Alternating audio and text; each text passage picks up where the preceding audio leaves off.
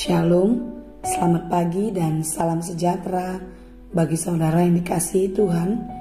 Dimanapun kita berada, kiranya kita tetap penuh semangat karena kasih Tuhan senantiasa menyertai kita.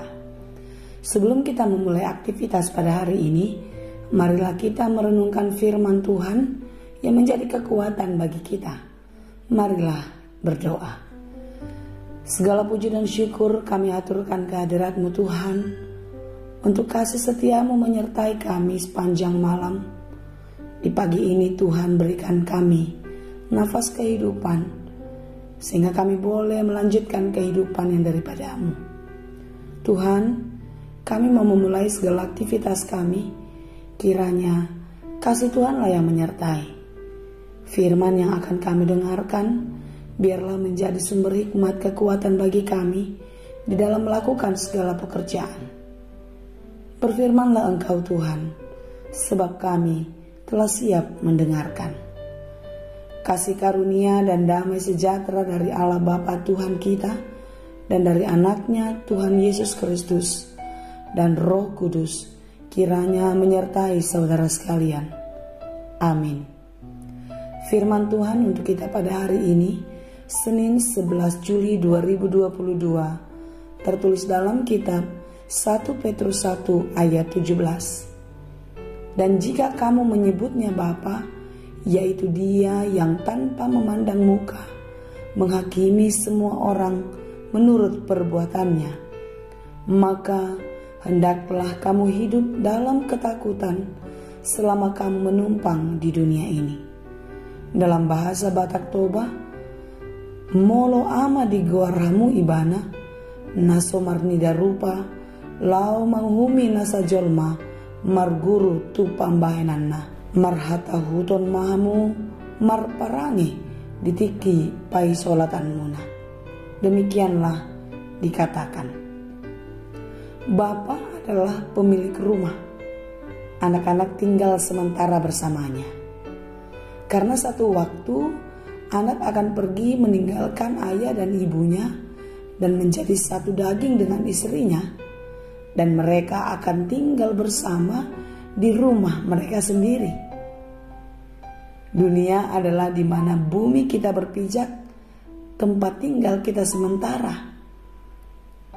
Seperti yang dikatakan dalam renungan kita pada hari ini, bahwasanya dunia ini adalah tempat kita menumpang untuk hidup. Sebagai orang yang menumpang, kita harus mengambil hati pemilik rumah, yakni Bapa, agar kita menjadi penghuni yang menyenangkan hatinya. Hendaklah kamu hidup dalam ketakutan. Yang dimaksud dalam renungan kita ini adalah hidup dalam ketaatan.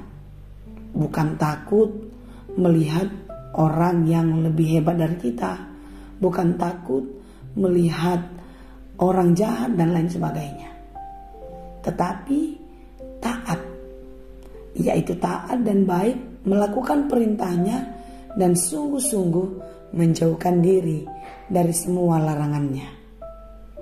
Hidup baik dan benar jauh dari hidup munafik dan kefasikan.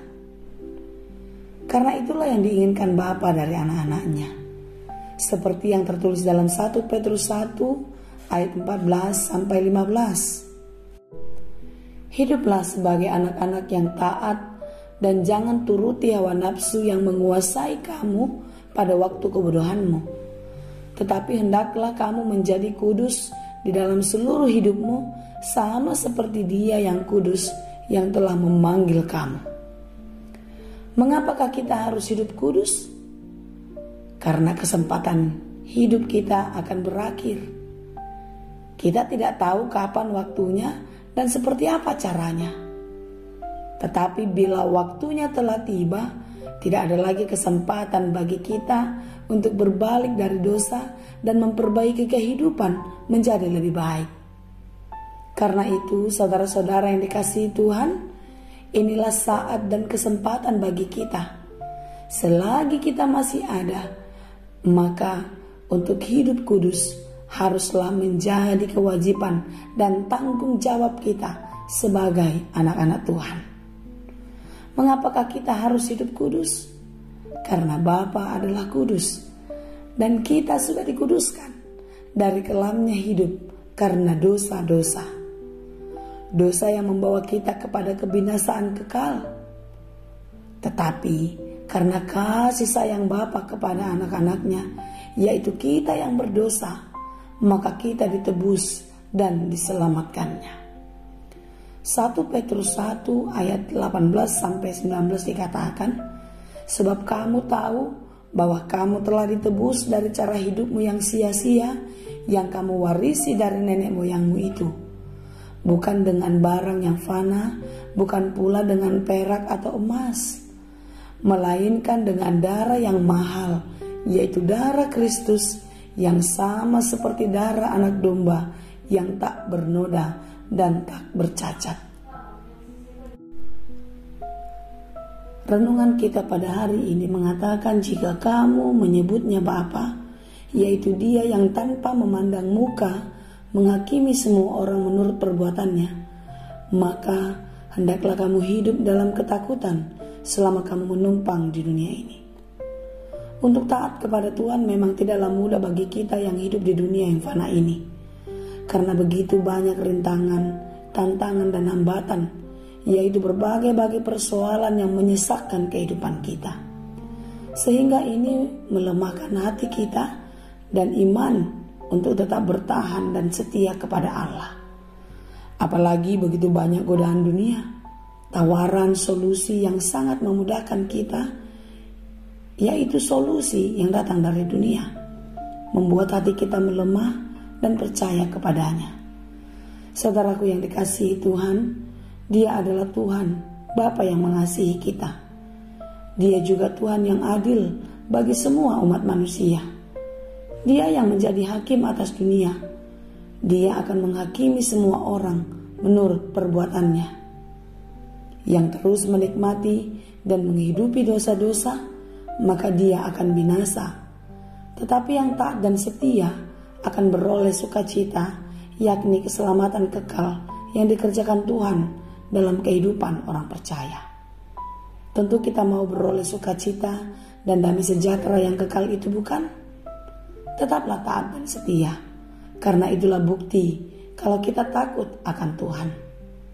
Takut kalau kita tidak selamat, takut kalau kita tidak dapat berkat yang kekal dari sorga. Hidup ini adalah kesempatan baik bagi kita semua untuk melakukannya. Dalam ketaatan dan kesetiaanmu, nantikanlah kasih karunia yang besar dari Allah Bapa. Kiranya Tuhan memberkati kita. Amin. Terima kasih Tuhan untuk firman-Mu hari ini. Biarlah kami menjadi anak yang taat dan setia kepadamu. Takut kepada Tuhan di dalam kehidupan kami. Dan kami mau melakukan yang Tuhan kehendaki.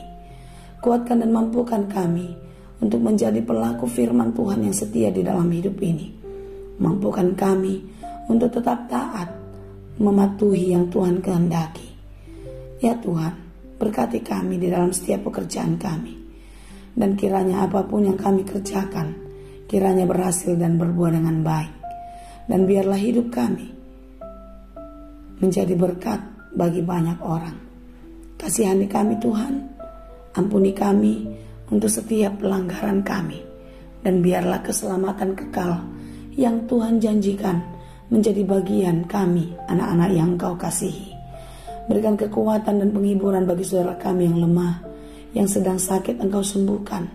Biarlah hati mereka tetap kuat dan teguh percaya kepadamu. Kasihani kami Tuhan, mampukan kami menjalani kehidupan seturut dengan kehendak-Mu. Terima kasih Bapa. Hanya di dalam Yesus kami berdoa dan mengucap syukur. Anugerah Tuhan kita Yesus Kristus, kasih karunia Allah Bapa, dan persekutuan Roh Kudus, itulah kiranya yang menyertai dan memberkati kamu Salam sekalian. Sehat dan tetap semangat bagi kita semua di dalam melakukan segala pekerjaan kita. Percayalah, segala pekerjaan baik di dalam Tuhan tidak akan pernah sia-sia. Sukses bagi kita. Tuhan Yesus memberkati. Horas.